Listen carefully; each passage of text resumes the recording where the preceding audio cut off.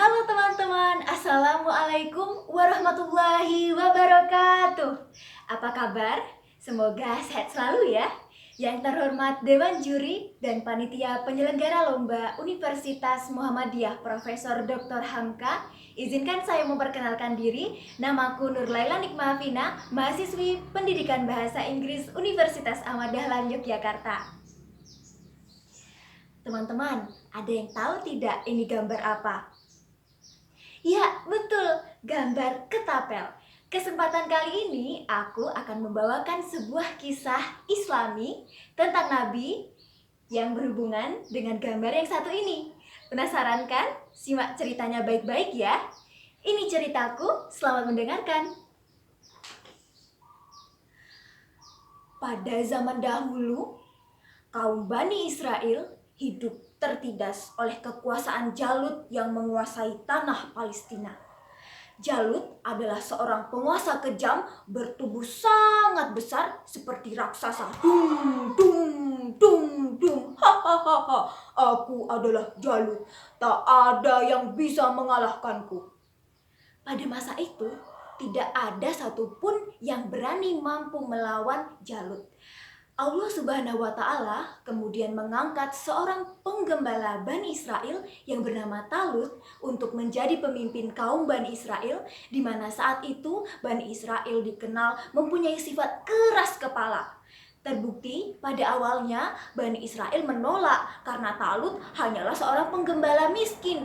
Hal tersebut dijelaskan Allah Subhanahu wa Ta'ala dalam Al-Qur'an surah Al-Baqarah ayat 247 yang berbunyi, Nabi mereka mengatakan kepada mereka, sesungguhnya Allah telah melaknat Talut menjadi rajamu. Mereka menjawab, bagaimana Talut memerintahkan kami? Kami lebih berhak mengendalikan pemerintahannya daripada dia, sedangkan dia saja tidak diberi kekayaan yang cukup banyak.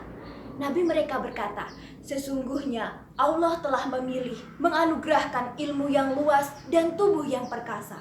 Allah memberikan pemerintahan kepada siapa yang dikehendakinya, dan Allah maha luas pemberiannya, lagi maha mengetahui. Talut lalu memilih orang-orang terbaik yang berani menghadapi pertempuran. Salah satu yang ikut dalam pasukannya adalah seorang remaja bernama Daud. Ia diperintahkan oleh ayahnya untuk mengikuti kedua kakaknya yang maju ke medan perang, tapi ia tidak boleh maju di garis depan. Daud hanya diperintahkan untuk melayani kakaknya ketika lapar atau haus, untuk menyiapkan makanan dan minuman. Jumlah pasukan Talut saat itu jauh lebih sedikit dibandingkan dengan pasukan Jalut, sang penindas. Hahaha, aku adalah panglima bertubuh besar. Siapa saja yang berhadapan denganku pasti akan kalah. Talut lalu berdoa kepada Allah Subhanahu wa Ta'ala. Maka dengan kekuatan doa itu, mereka menyerbu pasukan Jalut dengan gagah berani. Serbu! Pasukan Jalut tak mengira bahwa lawannya yang berjumlah sedikit itu mempunyai keberanian bagaikan singa yang terluka. Dan pada akhirnya pasukan Jalut dapat dikalahkan. Sehingga hanya tersisa Jalut dan beberapa pengawalnya saja. Talut dan pasukannya tak ada yang mampu menghadapi raksasa itu. Talut pun berkata, siapa yang dapat mengalahkan Jalut, maka dia akan diambil sebagai anak menantuku dan akan mewariskan kerajaan. Lalu di saat itulah Nabi Daud yang masih remaja mengajukan diri untuk bertarung melawan Jalut.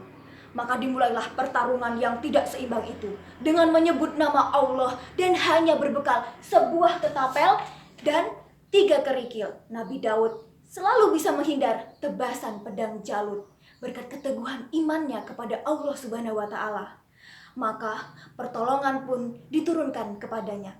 Kemudian Nabi Daud melemparkan batu ke udara menggunakan ketapelnya. Shoo! Dengan izin Allah Subhanahu wa Ta'ala, angin menjadi sahabat Nabi Daud dan membuat batu meluncur dengan sangat cepat. Batu itu kemudian jatuh tepat di dahinya dan akhirnya membuatnya jatuh dan meninggal. Talut pun menepati janjinya dan akan menikahkan putrinya serta memberikan separuh kepemimpinan kerajaan Bani Israel. Hingga usia Nabi Daud mencapai 40 tahun, Talut meninggal dunia. Dan Nabi Daud pun menggantikan posisi Talut menjadi raja Bani Israel. Tak hanya itu, Allah pun mengangkat Nabi Daud sebagai nabi dan rasul serta diturunkan kepadanya kitab suci Zabur. Teman-teman, itu tadi cerita dari aku. Terima kasih banyak sudah mendengarkan. Mohon maaf apabila ada kekurangan. Aku Laila, sampai jumpa. Wassalamualaikum warahmatullahi wabarakatuh.